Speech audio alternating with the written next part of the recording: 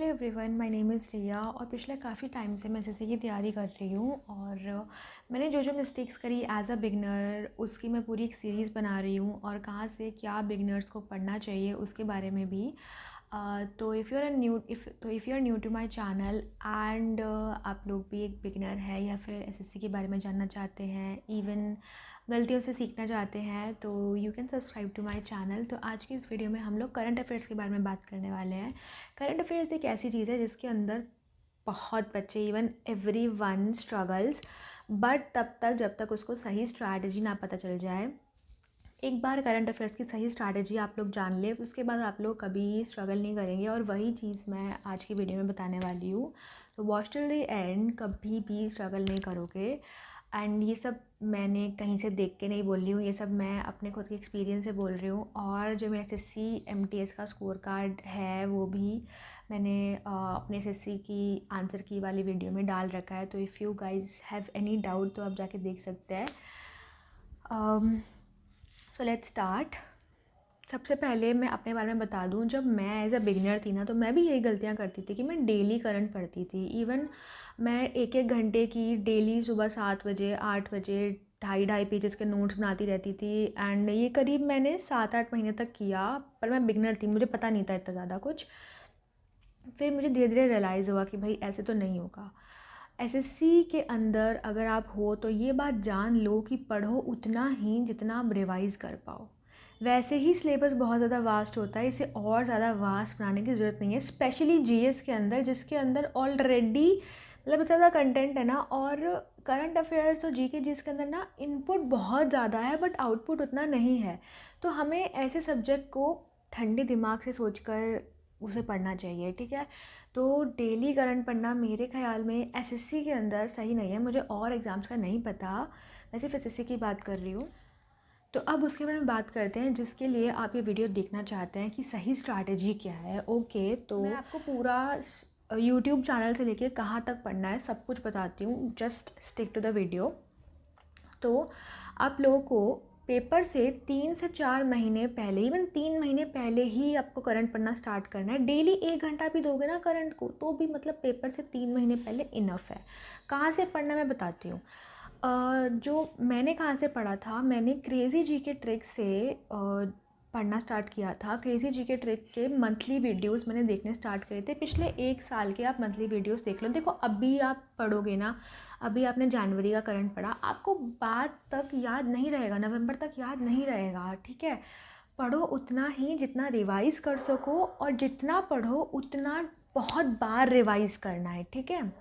नवंबर में for example आपका paper है तो आपको अराउंड 3-4 महीने पहले मंथली वीडियोस देखना स्टार्ट करना है। मंथली मैं क्रेज़ी जी के ट्रिक से देखती थी। वो 75 to 80 क्वेश्चंस के अंदर ना एमसीक्यूज़ फॉर्मेट में आप लोगों को सारा वो प्रोवाइड करवा देते हैं नोट्स। और मतलब अच्छे होते हैं उनके नोट्स। और वैसे तो और भी बहुत सारे चैनल्स हैं जैसे कि परचम है, परमार है और हमारा एसएससी वाला है, बहुत सारे हैं। मैंने क्रेज़ी जी के ट्रिक से फॉलो किया था।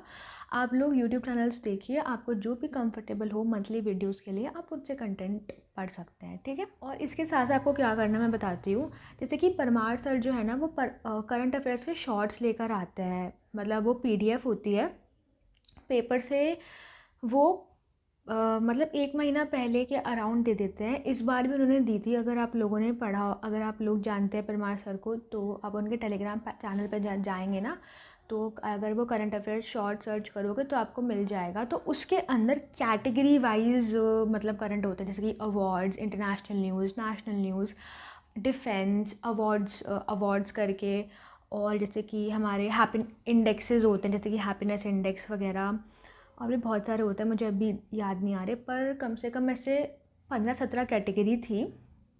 तो कैटेगरी में सर ने डिवाइड कर रखा था। और आप लोगों को अगर मैं बता रही हूँ कैटेगरी वाइज करंट पढ़िए, उससे ना बहुत मतलब चीज़ें याद रह जाती हैं, ठीक है। इवन आप नोट्स भी बनाते हैं ना तो कोशिश करिए कि कैटेगरी हो। जैसे कि आपने बुक का पहला जो सेक्शन है वो नेशनल न्यूज़ के लिए रख दिया, दूसरा सेक्शन आपने इंटरनेशनल न्यूज़ के लिए रख दिया। अब नेशनल न्यूज़ के अंदर भी आपने स्पोर्ट्स का अलग बना लिया, जैसे कि जितने भी ओलंपिक्स वगैरह होते हैं स्पोर्ट्स का अलग बन गया, डिफेंस का अलग बन गया। अगर ऐसे बना सकते हो तो ठीक है, वरना कैटेगरी वाइज आपको करंट अफेयर शॉर्ट्स मिल जाता है भाई परमार सर।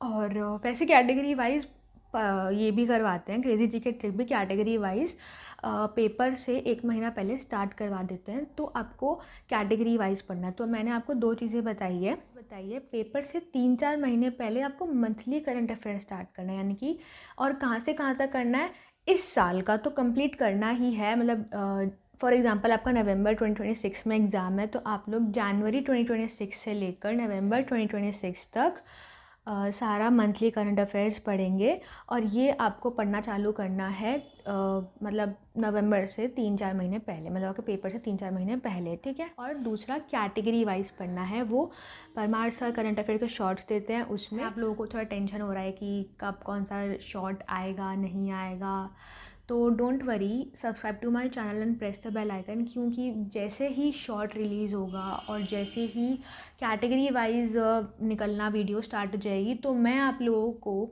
इन्फॉर्म कर दूँगी एंड तब आप वहाँ से पढ़ना स्टार्ट कर सकते हैं। एंड इवन अगर कोई और बेटर सोर्स तब तक, या कोई और बेटर टीचर या कोई और बेटर सोर्स मुझे पता चल जाता है, तो मैं आप लोगों को बताऊंगी कि अगर ये चीज़ तो भाई बेट बहुत अच्छी है, ये कंप्लीट सोर्स है करंट अफेयर्स का, तो भी मैं आप लोगों को बताऊंगी। Thanks for subscribing. और अगर आप लोगों का कोई क्वेश्चन हो करंट से रिलेटेड या फिर किसी भी और चीज़ से रिलेटेड, तो you can ask in the comment section. And also बताइएगा कि is there any specific topic that any one of you want कि मैं जिस पर वीडियो बनाऊँ, ताकि आप लोगों का कन्फ्यूजन क्लियर हो जाए, तो ये भी बताइएगा।